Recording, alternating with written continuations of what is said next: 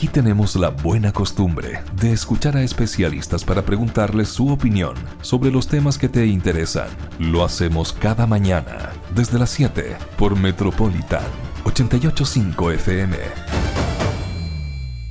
Probablemente se convierta en el caso de corrupción municipal más grande de nuestro país, el caso del municipio de Maipú, en este fallo también que ha dividido a la sexta sala de la Corte de Apelaciones de Santiago, que ha rechazado la semana pasada la solicitud de la Fiscalía Metropolitana Oriente y del Consejo de Defensa del Estado para que se modificara la medida cautelar de arresto domiciliario contra la exalcaldesa de Maipú, Katy Barriga. Para todo esto tenemos al abogado de Estudio B&G, Diego Bahamondes. ¿Cómo estás, Diego? Bienvenido. Hola, a Buena Costumbre. Primera vez que estás sí. aquí en el programa. Sí, primera vez. Esperemos que la primera área. Así es, y estamos también junto a Lesley Briceño para poder hablar respecto de este caso. Mi primera pregunta, Diego, es que, bueno, Fiscalía Oriente, ¿cierto? Y también el Consejo de Defensa del Estado querían, en palabras simples, para que entendamos los que no somos abogados ni abogadas, meter a la cárcel a Katy Barriga mientras durara la investigación, porque ella se encuentra con la medida cautelar de arresto domiciliario y producto de todo este impacto mediático que también ha tenido las imágenes de ella haciendo yoga en una casa con bastantes comodidades. Entonces esto ha generado también un sentimiento, me imagino yo, de frustración, de injusticia, de que hay distintos tipos de justicia, también lo han dicho distintos personeros también de gobierno, el mismo alcalde, no de gobierno, pero el mismo alcalde, el fiscal nacional también estuvo en desacuerdo con esta medida. Hay más posibilidades para que mientras dure la investigación, que son 120 días, pueda Katy Barriga efectivamente tener prisión preventiva, o ya se acabaron las posibilidades. Bueno, mira, es una pregunta compleja. Yo lo voy a tratar de simplificar. Uh-huh. La verdad es que la prisión preventiva se decreta al principio de la investigación, digamos, porque Katy Barriga pasó a control de detención, uh-huh, fue formalizada. Uh-huh. En ese momento la Fiscalía pidió la prisión preventiva, la perdió, fue a la Corte y en la Corte ganó. Por un fallo que, ahí podríamos discutir el fallo, pero en definitiva, la forma en la cual se decreta la prisión preventiva es a través de los antecedentes que existen en la investigación al momento del control de detención, ¿ya? Por ende, ¿cómo puede las medidas cautelares? Siempre en el proceso penal son digamos, modificables, siempre.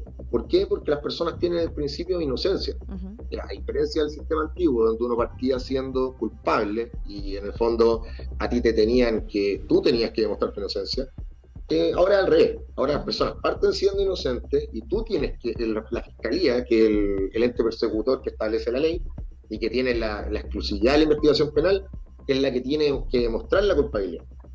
La formalización la gente hoy en día tiende a mezclarla como con una sentencia condenatoria, pero no es una sentencia. O sea, no es una sentencia condenatoria, es en definitiva una comunicación de cargos que se le hace al imputado. ¿Sabe qué? Lo estamos investigando por esto. Claro. Y por esto le vamos a pedir, digamos, la prisión preventiva. ¿Por qué? Porque creemos que usted, bajo ciertos parámetros, es un peligro o para la seguridad de la sociedad o para la investigación, o eventualmente un peligro de fuga. Claro, en este caso sería la imputada por el arresto domiciliario total, arraigo nacional, prohibición de comunicarse con testigos o coimputados, y finalmente ¿qué dice la Fiscalía? Un argumento era que había un riesgo de que Katy Barriga se pudiese comunicar con testigos o coimputados. Ese era como uno de los argumentos. Ahora, no sé si existe otro argumento como ser un peligro para la sociedad. No sé si me explico. Fue que mal la pregunta, pero no sé si se entiende. Los argumentos, sí, finalmente que otorga la Fiscalía, esos también pueden ir mutando con el tiempo en la medida que avance la investigación. Yo me imagino que se puede... claro, que además uno también se pregunta, claro, si es que se pueden volver a revisar las medidas cautelares a partir, claro, de nueva información que vaya surgiendo. Eso también es algo que a veces, como no todos, obviamente, somos abogados o abogadas, muchas veces no entendemos cómo funciona el proceso en este tipo de investigaciones, y lo que trae como consecuencia es después después de estos 120 días va a partir el juicio, y qué posibilidad es que cuando inicie el juicio ella finalmente pase a prisión preventiva. Sí. Si la defensa quisiera, podría mañana pedir la modificación de la medida cautelar, porque las medidas cautelares se modifican a lo largo del proceso siempre, y esto es algo muy común. Por ejemplo, hay imputados que parten con una prisión preventiva, luego la defensa pide modificación de la medida cautelar, terminan con un arresto domiciliario nocturno, inclusive hasta arriba. Claro. Así puede ser. El tema es que en definitiva depende de los antecedentes, porque tiene que irse modificando la razón por la cual se dio o no la medida cautelar. ¿Qué me refiero con esto? ¿Cómo la defensa o cómo la fiscalía pueden modificar la medida cautelar que se dio a Catibarría? Tendrían que haber más antecedentes en la investigación, o sea, nuevos antecedentes que hagan mutar lo que se llama el presupuesto material, o sea, o la existencia del delito o la participación de Catibarría en el delito, o eventualmente lo que se llama la necesidad de cautela, que eventualmente Catibarría se hubiera contactado con un testigo, no sé, claro, algo así. Que haya incumplido. Exacto. De hecho, me parece que yo creo que el fallo de la Corte lo que hizo fue sencillamente un fallo, digamos, escueto, correcto, pero fue un fallo que en definitiva lo que hizo fue, creo, no hacerse problema. Porque dijeron, bueno, están los presupuestos materiales y concordamos con el tribunal, digamos, de la instancia, porque obviamente ellos son los superiores jerárquicos del tribunal de abajo que decretó digamos, el arresto domiciliario brutal.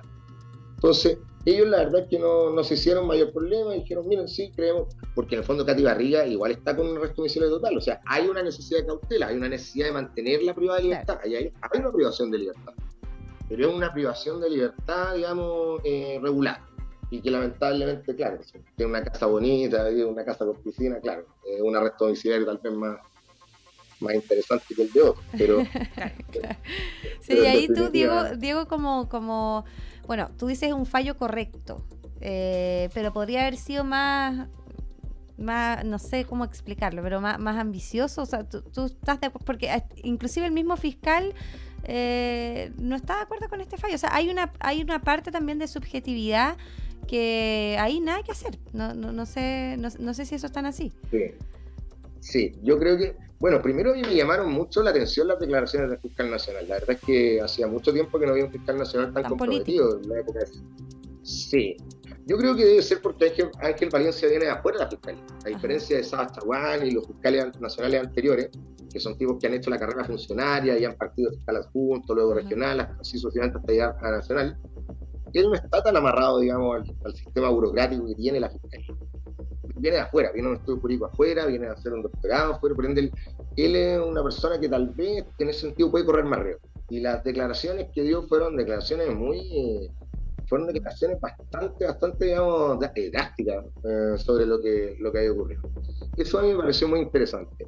Y en ese sentido, yo creo que la Fiscalía va a tener que hacer un análisis interesante sobre qué hacer con el caso de Catibarría, porque no es solo que haya sido Catibarría, o sea, aquí se nombraron también una serie de personas, dentro de ellos la pareja de Catibarría, que también eventualmente lo que se señaló respecto del diputado Joaquín Lavín puede constituir un delito. Entonces, yo tiendo a creer que esta investigación va a ser más grande que Catibarría. Catibarría es una parte tal vez de una historia mucho más larga que la Fiscalía yo creo la debe estar investigando. En ese sentido creo que la Fiscalía fue valiente en interponer el recurso de apelación porque en otros casos no lo podrían no haber interpuesto porque el fallo igual fue muy, no quiero decir bueno, pero fue concreto el fallo de primera instancia. Entonces, pero ellos igual interpusieron el recurso de apelación y yo creo que lo interesante hubiese sido, porque las fotos que se sacó Catibarría o digamos los comentarios que hacía en sus redes sociales eran un nuevo antecedente para la investigación, o sea, el Tribunal de Alzada pudo haberlo considerado, que esto también era una burla para el sistema procesal penal, porque claro, en definitiva la gente decía, o sea, miren, muchas veces, yo he alegado muchas veces en la Corte de Santiago y una persona, por ejemplo, por delitos menos graves, están inmediatamente en prisión preventiva, y el caso de Catibarría debe ser uno de los delitos más graves, sino el delito más grave de espalda en la historia de este país, o sea, es más grande inclusive que el caso... O sea, 31.000 millones, es más grande que el caso de Milico Gate, es más grande que el caso Paco Gate, es 931 veces, lo dijo la Fiscalía, el caso de la alcaldesa, la Karen Rojo, sí. Claro, Y resulta que en este tipo de delitos la cantidad de faltas es un factor a considerar para determinar la pena. Katy Barriga es una persona que, si es condenada en el futuro, va a terminar condenada a una pena efectiva. Ella va a terminar condenada a una pena de cárcel, porque tiene todos los factores para terminar siendo condenada a una pena de más de 5 años y un día. Las personas que son condenadas en este país a más de 5 años y un día no tienen derecho a beneficios.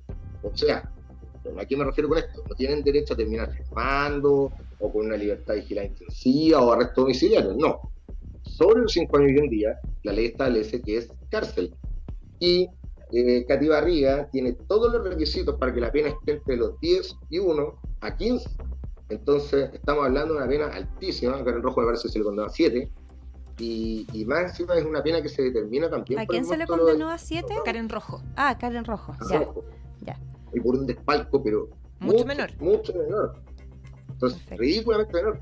Entonces, lo de Katy Barriga es la prognosis de pena, como llamamos los abogados, el cálculo de pena de Katy Barriga, es una pena altísima, una pena de crimen, y que podría perfectamente terminar en una pena efectiva. Además, en el caso de Katy Barriga hay una situación particular que yo creo que es el requisito y el argumento más importante que tiene la Fiscalía para poder eventualmente obtener la prisión preventiva, y que creo que los jueces de la Corte de Apelación nos hicieron cargo, que es la posibilidad de influir en testigos.